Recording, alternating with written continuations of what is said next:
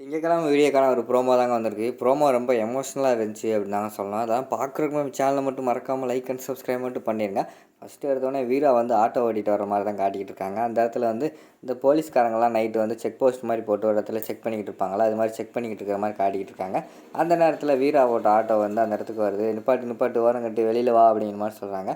அந்த நேரத்தில் வந்து வீரா வந்து இறங்கி வந்தோடனே அங்கேக்குள்ள ஒரு போலீஸ் இன்ஸ்பெக்டர் இருக்காரு. அவருக்கு வந்து வணக்கம் வைக்காங்க. வணக்கம் சார் அப்படிங்கிற மாதிரி சொல்கிறாங்க. வணக்கம்மா, நீயாம்மா, என்னம்மா தனியாக வந்திருக்க அப்படிங்கிற மாதிரி வந்து அந்த போலீஸ்காரன் கேட்காங்க.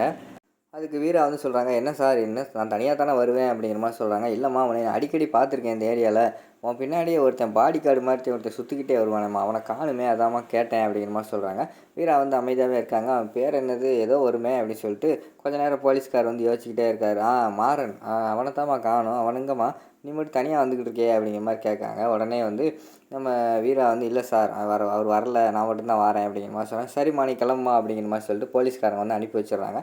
அந்த இடத்துல வந்து நம்ம வீரா இருக்காங்களா, அவங்க வந்து மாறனை பற்றி யோசிச்சுக்கிட்டு இருக்காங்க. என்ன மாறன் இப்போ தான் நம்ம பக்கத்தில் இல்லாத மாதிரி லேசாக ஃபீல் ஆகுது, எங்கே இருப்பான் அவன், நேரம் என்ன பண்ணிக்கிட்டு இருப்பான் அப்படிங்கிற மாதிரி வந்து அவங்க மனசுக்கு லேசாக காதல் வர ஆரம்பிக்குது.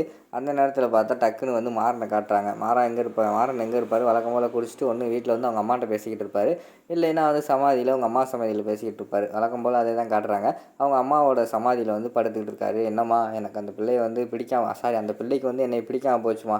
நான் நினச்சேன் நீ இங்கே வந்ததுனால நீ எனக்கு பூ கொடுத்து ஆசீர்வாதம் பண்ண, அதனால தான் நான் அந்த பிள்ளையை லவ் பண்ண ஆரம்பித்தேன். நீ அந்த நம்பிக்கையில் தான் நான் போய் அந்த பொண்ணுக்கிட்டே லவ்வை வந்து சொன்னேன். ஆனால் அந்த பொண்ணு வந்து இப்போ என்னை பிடிக்கலன்னு சொல்லிடுச்சு. நான் என்ன பண்ணுறேன்னு தெரில.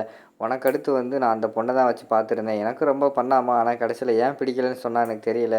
இனிமேல் எப்படி நான் வாழ போகிறேன்னு தெரியல. மனசே ரொம்ப கஷ்டமாக இருக்குமா அப்படின்னு சொல்லிட்டு அந்த இடத்துல புலம்பிக்கிட்டே இருக்காங்க.